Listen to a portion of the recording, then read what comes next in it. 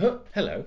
So recently I was going through an old hard drive and on it I found a video. It's a video of what's probably my first proper show from the 1st of March 2008. So I thought I'd do that thing that everyone does on YouTube of sort of a reaction video. So a bit of context. In this video I am 22 years old. It's not the first time I've ever performed on stage, but it is one of the first times I've ever done like a show. And this is taking place in a place called Debenham, which is where I grew up, a little village in Suffolk, here in the United States of the Kingdom of Britain. The house used to be a pub, so it had this function room upstairs, and it was used, for weddings or dinners and stuff. However, in the village where I grew up, there was an amateur dramatic society, which I used to be a member of.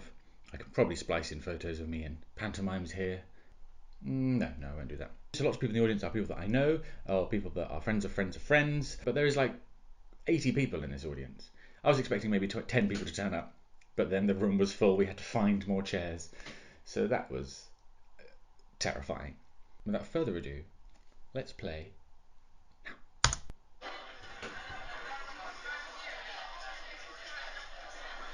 It's my dad's eye. Hello, there he is. Good to know what I'll look like in 20 years' time. What? Just gonna stop there for a second. What? What am I wearing? What am I wearing?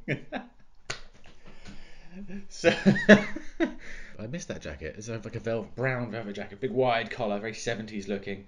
I've got probably the only shirt, white shirt and waistcoat that I own. For some reason, sort of 4 of the buttons on the waistcoat aren't done up. Those are probably just trousers that I had left over from when I had a normal job. I've got these awful little brown Tesco, smart shoes. Little chin goatee there. It's like Shaggy from Scooby-Doo has gone through the dress-up box in the TARDIS. Oh boy.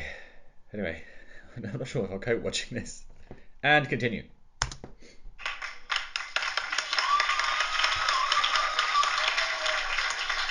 Rapturous applause.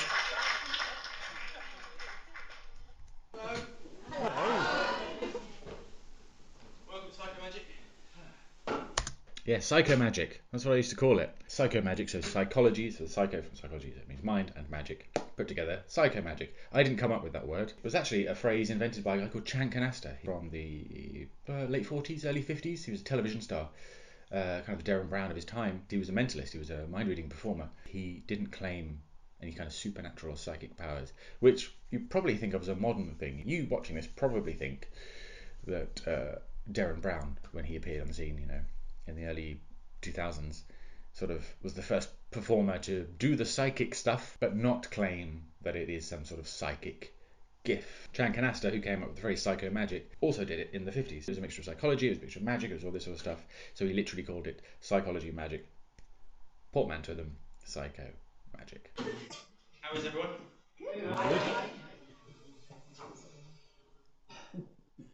I'm fine, by the way. I still do that joke now. Very old joke then. I say it quite confidently, so either I know it's funny and I'm very smugly saying it, or maybe I've said it before. I probably have said it before. I've done little spots on stage before in other, local community shows and stuff. I kind of think because it's that odd, I said, should I get rid of it? It's been around so long that people have stolen it off me. But if I don't say it, how will I know if the audience likes me? Ha!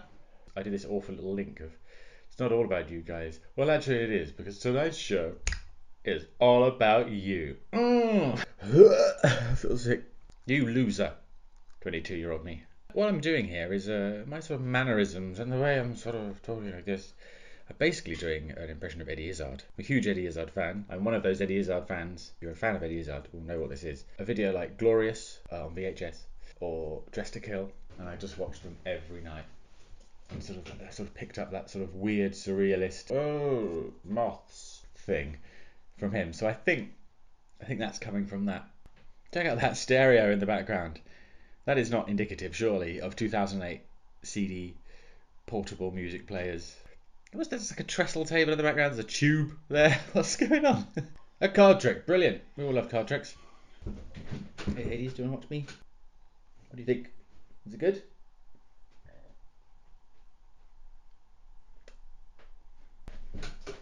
you could post it on Ticketmaster. Yeah. Yeah, thank you. I'm very confident. I know for a fact that I'm not confident at all. I am bricking it. I still can't get over how I'm dressed. So this routine with the cards, it's quite laborious and not much happens. It's just a lot of people picking a card and thinking of a card. You know what's quite interesting about this video is, just watching it now as like a spectator, is that you can see there's a real process going on. Like how hard I'm working in this video, in this trick to work out what these cards are. I'm really, you can see it in my face, I'm really thinking, trying to keep track of a lot of information in my head, which has since become easy. I'm genuinely excited every time I get one. What's this routine?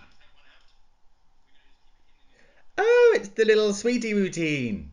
Ah, it's the sweetie routine. This is rubbish. Very dull. Why am I doing this second in the show? This is something that should not happen this early in the show. But I don't want you jumping to the conclusion that what I do is psychic. Hey, Alex.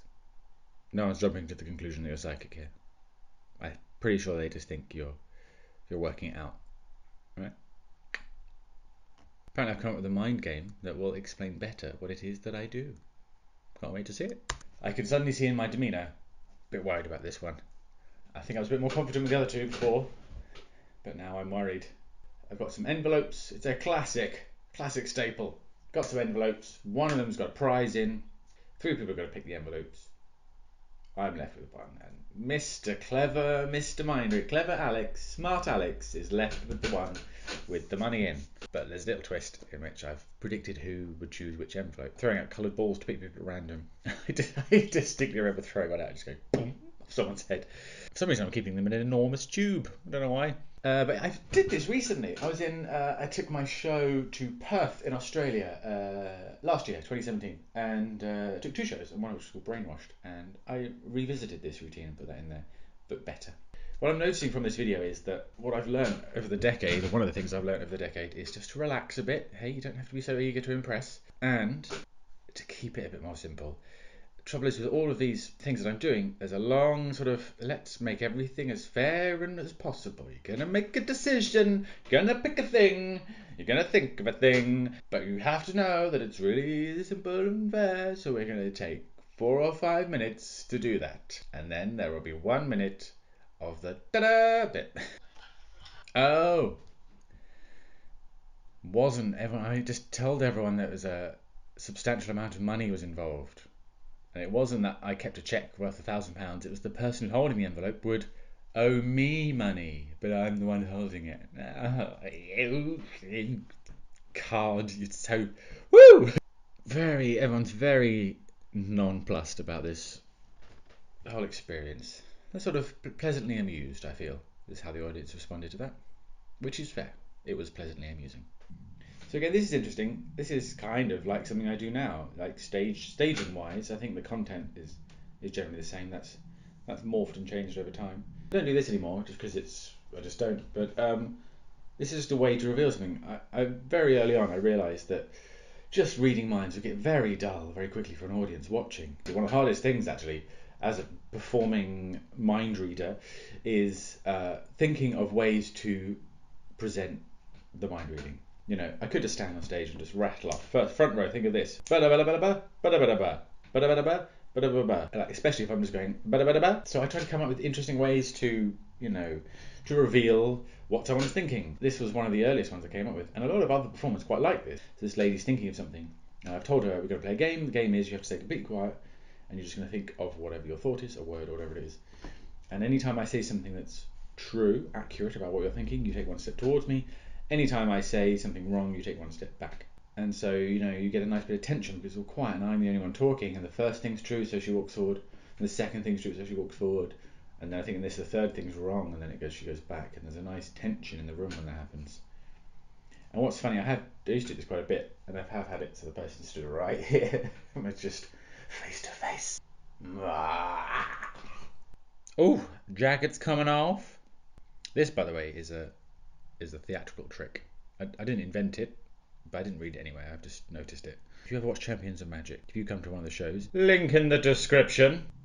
If you ever come to see Champions of Magic, you'll notice the first minute or two that I'm on stage, I'm introducing myself, I'm getting random volunteers and they come up and join me, and then I take off my jacket and hang it on the back of the chair. It's kind of to communicate silently to the audience, and invisible silent communication is what I'm all about. I do that to communicate to the audience that I'm now comfortable. I also do it to show that work is about to begin. So before I was just saying hi and just getting some people up, but now I'm off to work because I'm going to read these people's minds. So jacket off, roll up the sleeves. Let's get cracking. Just throw the paper on the floor, Alex. You could get an easel. That paper clearly came from an easel. You don't need it. Just throw it on the floor, mate. What an idiot. I asked for one digit and another digit. The first person went 9, someone went 2. And then I went 29. There we go. We've made 29. What I've done there is made maths in my head easier. And now I'm getting punched by a teenage girl, as I still do today. Whenever I leave the house, they just see me and punch me. Give me a Chinese burn. This is funny! As I've stolen this from Darren Brown. I used to get bullied at school, I used to get hurt, so being hurt means I can do maths really well, so she punched me in the arm. Dead arm, Chinese burn, and then I think a ruler gets smacked over my leg and snaps. I remember that. Shatterproof? I don't think so. Oh, in a desperate attempt for an ending, I'm going to get people to write down numbers, add it all up, and then Mr. Clever Mind Reader has predicted what that number is. She's adding up the numbers on what appears to be a Nokia 3310. And suddenly a prediction, a rolled up paper prediction thing, which I surely should have handed out at the beginning or something. You know, had it on display somehow, not just sort of on the table, on the trestle table behind me. I think I remember this ending now. So the number is whatever it is. I wrote down before the show, on this roll, you're going to read out the numbers one by one. First number's right. Second number's right. Third number's right. And the last digit, oh no. Now, I'll let you into a little secret here. I haven't got it wrong. There's more of that paper there. Some cracking little acting from me here. And I realise I'm making that girl feel really bad. Clearly the ending of the show. Oh no, this poor guy. He's been doing so well throughout the show, and he's got the last thing wrong. But wait, there's more. There's more roll of that paper. The number. Oh, the number's actually right. He's still wobbling about the stage. And what's he doing? Oh, it's written on the bottom of the chair. And it's on my tummy. Look at my skinny little tummy. So pale as well. The white balance on this camera could not handle it. See, there's the Eddie Izzard. Stop the audience. Rise them up again. A little heartfelt thank you to everyone for coming along. Clearly a bit knackered.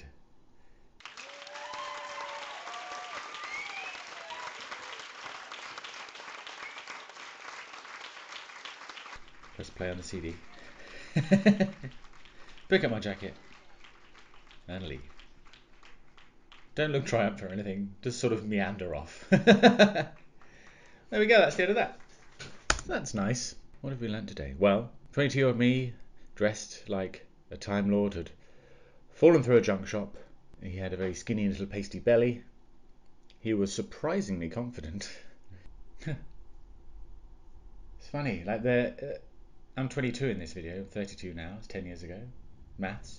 But I look at this video and I see 22-year-old me, and I don't have a son yet.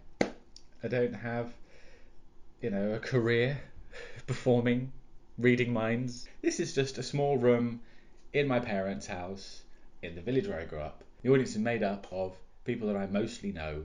And at that point I thought this was the best thing in the world. Can't get much better than this. Gonna perform on stage. Yes. And now 10 years later, I still think that, but the audience has got much, much bigger. I go all over the world now. Been performed in Australia, performed in Europe, I've performed in America, I've performed in Canada. It's nice to see how you've grown in the way that you hoped you would. As I'm recording this video, in about 10 days' time, I fly back out to the United States of America to tour with the Champions of Magic. Link in the description below. To perform with, people that I love dearly. As in, this is the second time we've toured the United States of America, and we've just done another tour around the United Kingdom. We've been touring since 2014. Crazy.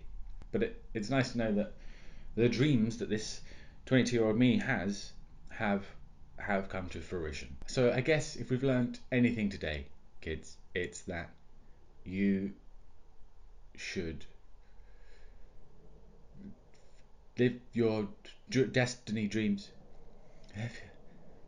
Dream big, because big is not small. Look, I'm not good at the summing up. I'm not your dad. Pick up your things. I have no conclusion. Haven't you got homework to be doing? Get out of here. As I mentioned in the video, Champions of Magic is back in America, touring the United States and Canada throughout 2018 and 2019. If you wish to buy tickets, find out cities that we're visiting, and also find out the dates that we're there, then please go to championsofmagic.co.uk. There is a link in the description below. If you'd like to see more videos from me, then please do consider subscribing. Well, don't just consider it, actually subscribe. I mean, you don't have to hit the bell icon thing. I don't really know what that is. You don't have to receive notifications every time I put up a video, but it's not that frequently, so you could do that. But if I want to watch a video on YouTube, I just go to YouTube and see what my subscriptions have recently published and watch them. So why don't you do that?